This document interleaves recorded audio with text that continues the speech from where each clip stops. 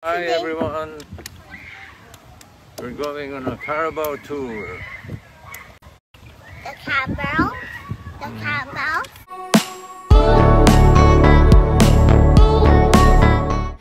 Binalikan ng mag-asawang Vic at Pauline kasama si Tali ang kanilang dating tirahan at pasyalan dito sa Santa Rosa, Laguna. At ang farm na madalas nila noon puntahan ay ito nga. Nakasakay muli si Tali sa Kalabaw Ride at na-enjoy ang oras na umaandar ito at walang sawang tsikahan ang mag-ama. Nakuhanan nga ito ni Pauline Luna.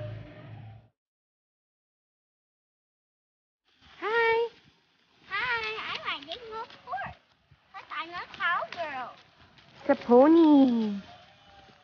Ano ba to, kuya? Pony o dwarf?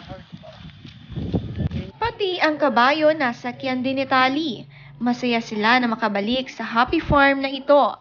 Maraming probinsya activities ang na-experience ni Tali kasama ang kanyang mommy at daddy.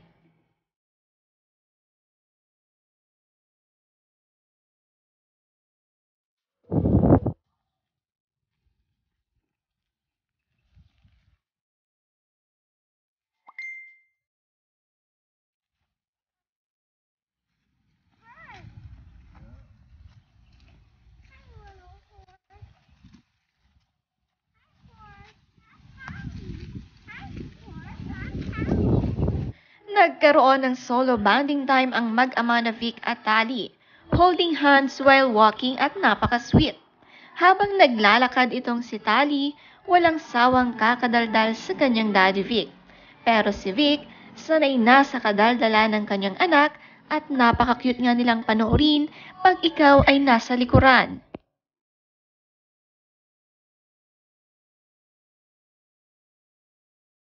Hi, Chocolate. It's not Blackie. Yeah, it's not Blackie, it's Chocolate. Hi, Chocolate. How are you Hi today? everyone, we're going on a Carabao tour.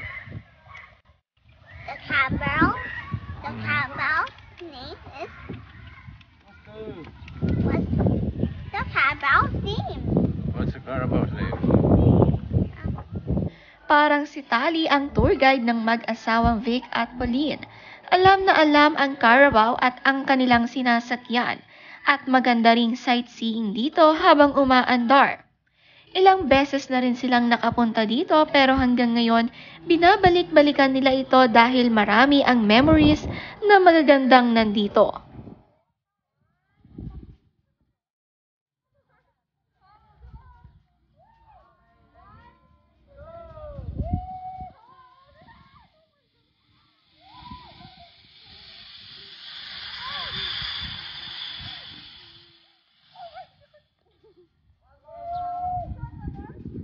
One more.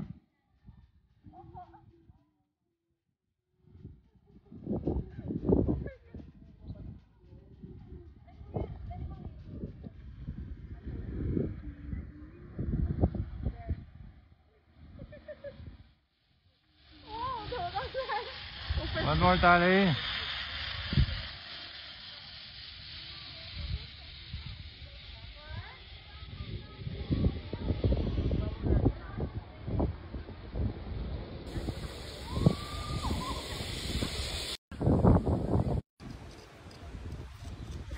You want one more? Yeah. That's not last. This is the last one. Hold tight. Woo! Hold tight!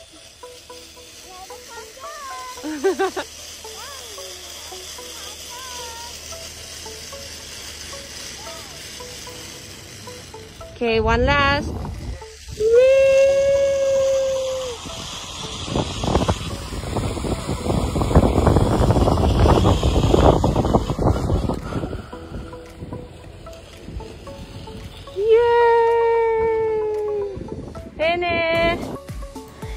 Naka-zipline si Tali at sobrang proud si Pauline dahil si Tali mismo ang nag-aya nito at si Pauline raw ay medyo natatakot habang papaakyat sila.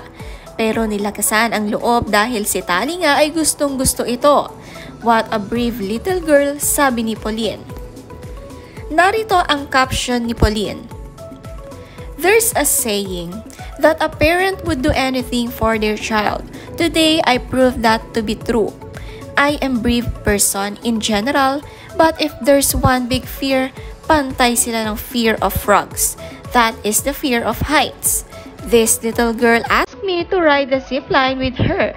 I had shallow knees sa stairs pa lang, but I wanted to be brave for her. Thank God I did not faint. Ha ha ha. Proud of you, Tali. What a brave little girl talaga.